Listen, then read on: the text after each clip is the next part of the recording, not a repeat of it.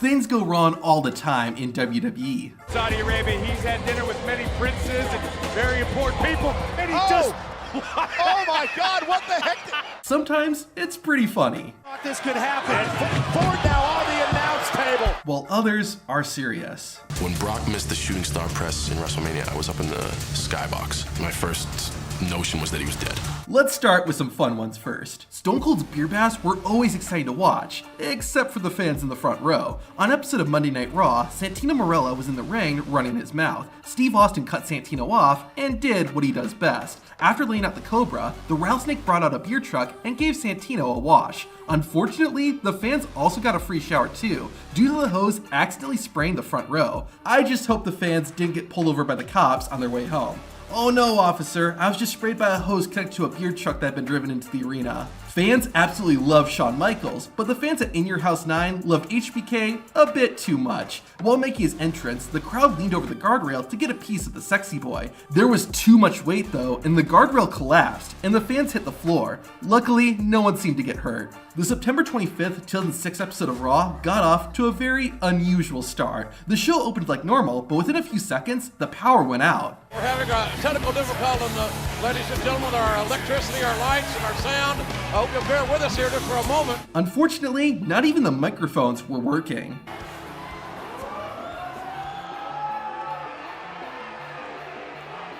The show ended up looking less like Monday Night Raw and more like Wish.com presents Monday Night Raw. The power did eventually get turned on, but it was easily the weirdest way a WWE show had ever started. Brock Lesnar does not know his own strength. Before his WrestleMania match with The Undertaker, Brock Lesnar made an appearance on Raw where he got into a fight with Mark Henry. To punish Henry and to send a message to the dead man, Brock Lesnar F5'd the world's strongest man through the commentary table. However, as Lesnar was taking off the TV monitors, one of them hit the ring and then bounced into the crowd.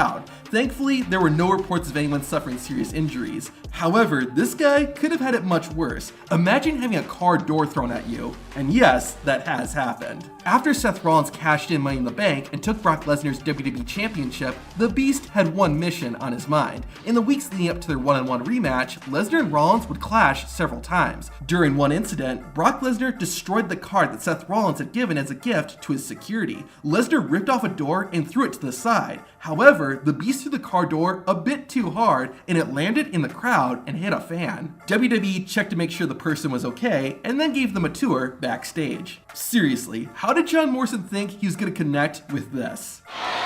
Morrison looked apprehensive only for a moment. Do not let WWE ever host a debate. Not because they're a wrestling company, but because, well, just watch. In 2012, the World Heavyweight Champion Sheamus and the #1 contender The Big Show faced off in a debate that was being moderated by Booker T. Things were getting heated when all of a sudden, Big Show's podium fell apart. Do I get a new podium? I leaned on my podium. I apologize for that, Big Show. Okay. I'm slightly overweight. It gave a... This guy literally had one job, and yet he still failed. At WrestleMania 25, Shawn Michaels attempted to end The Undertaker's undefeated streak. One part of the match saw Michaels use a cameraman as a human shield. This was all part of the script, and the cameraman was actually a wrestler named Deuce, the son of Jimmy Snuka. All Deuce had to do was catch The Undertaker, but instead, this happened. Wait a minute, look at this! Thankfully, Undertaker wasn't seriously hurt, and he and HBK went on to have arguably the greatest WWE match of all time. As for Deuce, he was fired a few months later. At least he didn't accidentally set The Undertaker on fire. And oh yeah, that has happened. Twice, in fact. In 1998, The Undertaker was gearing up for a match against Vader. However, the Pyro Guy must have thought it was Kane versus Vader, resulting in the dead man's face nearly getting burned off. Over 10 years later, this would happen again, but it unfortunately was much, much worse. Later in his career, WWE started adding a burst of fire to The Undertaker's entrance. However, the flames were starting to get too close, and the dead man informed the Pyro Guy. The production member ignored Taker's concerns, leading to the Phenom nearly dying. At the Elimination Chamber pay-per-view, Undertaker made his entrance like normal, when he suddenly got engulfed by flames. Taker luckily got out of there before he became a literal dead man, but did suffer first and second degree burns. Despite Despite this, Undertaker continued and wrestled a 35-minute match. Needless to say, this is the last night that Pyro Guy was an employee of WWE. The RKO is simply the most iconic WWE finisher. What helps that accolade is that Randy Orton has almost never botched it. But the key word there is almost. In 2012, the Viper was facing the Big Show on Raw. Orton was setting up for the RKO, but this is how it turned out. RKO from Orton! They say anything can happen in WWE, but I don't think they expected this. Alexa Bliss and Ember Moon were competing in a match on Raw, with Ronda Rousey in Ember's corner and Alicia Fox in Bliss's. However, a fifth competitor wanted to join them. A bat fell from the top of the arena and started flying around the ringside area.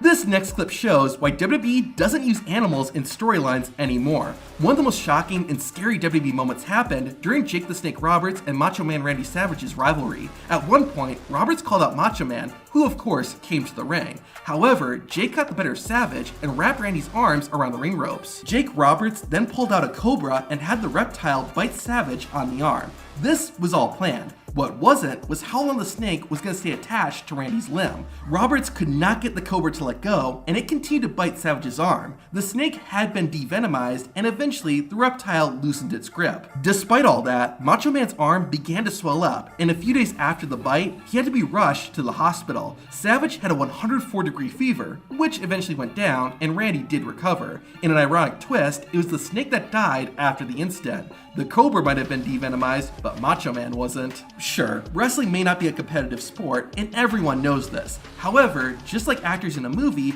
wrestlers have to stay in character during WWE shows. If a wrestler breaks character, it's usually by accident or because something serious is happening. You would never see wrestlers break character for no reason in the middle of a WWE show. Except it did happen one time. In 1996, WWE was doing a show at Madison Square Garden. The main event was between the WWE champion Shawn Michaels and the challenger Diesel, aka Kevin Nash. Michaels won the match, and afterward, Razor Ramon came out and congratulated HBK. This was a little surprising. Both Razor and Shawn were good guys, so it made sense. However, Triple H, who was a bad guy at the time, entered the ring and did this.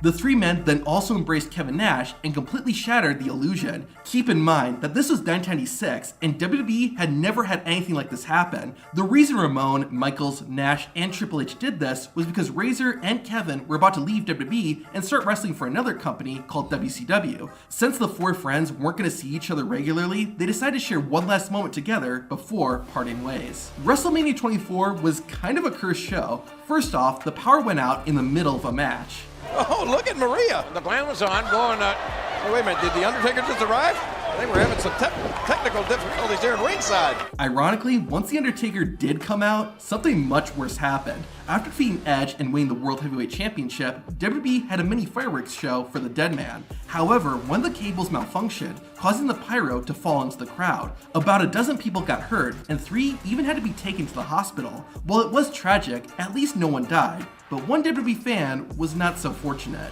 In 2017, WWE was hosting a non-televised show in Portland, Maine. The event was off to a normal start, but during the second match, something tragic happened. An elderly man was watching from the stands when he suddenly collapsed. First responders came and tried to revive the man for 20 minutes. The fan was taken to the hospital, where he sadly passed away. The exact cause is unknown, but it's believed the elderly man suffered a heart attack. It's perhaps not as surprising, but wrestlers have suffered life-altering injuries and even died during WWE shows. In 1999, WWE was filming an episode of SmackDown from Uniondale, New York. One of the matches was Draws vs. D'Lo Brown. The two had worked together several times, so it seemed like this would just be a typical match. During the contest, Brown went to perform his signature running powerbomb, a move he had done many times. However, Draws was wearing a loose-fitting shirt, which prevented D'Lo from getting a firm grip. This resulted in Draws landing on his head and ultimately left him paralyzed for the rest of his life. This tragically happened just 5 months after another wrestler had died in the ring. Owen Hart was, and is, considered by many to be one of the greatest technical wrestlers of all time. Despite his amazing skill, Owen struggled to stand out during the entertainment-focused era of WWE in the late 90s. To combat this, Hart became a superhero-themed character called the Blue Blazer. a persona Owen had used earlier in his career. To play up the character, Owen was lowered from the ceiling of the arena to make his entrance and exit during a show. It went well the first time, so WWE decided to do it again at the Over the Edge pay-per-view event in 1999. However, this time, there was a malfunction, and Owen fell 78 feet. Attempts were made to revive him, but due to the blunt force trauma, Owen Hart bled to death and died just minutes after the accident. Owen was only 34 years old and left behind 2 children. To find out what happened to Owen Hart's kids and where they are today, watch this video.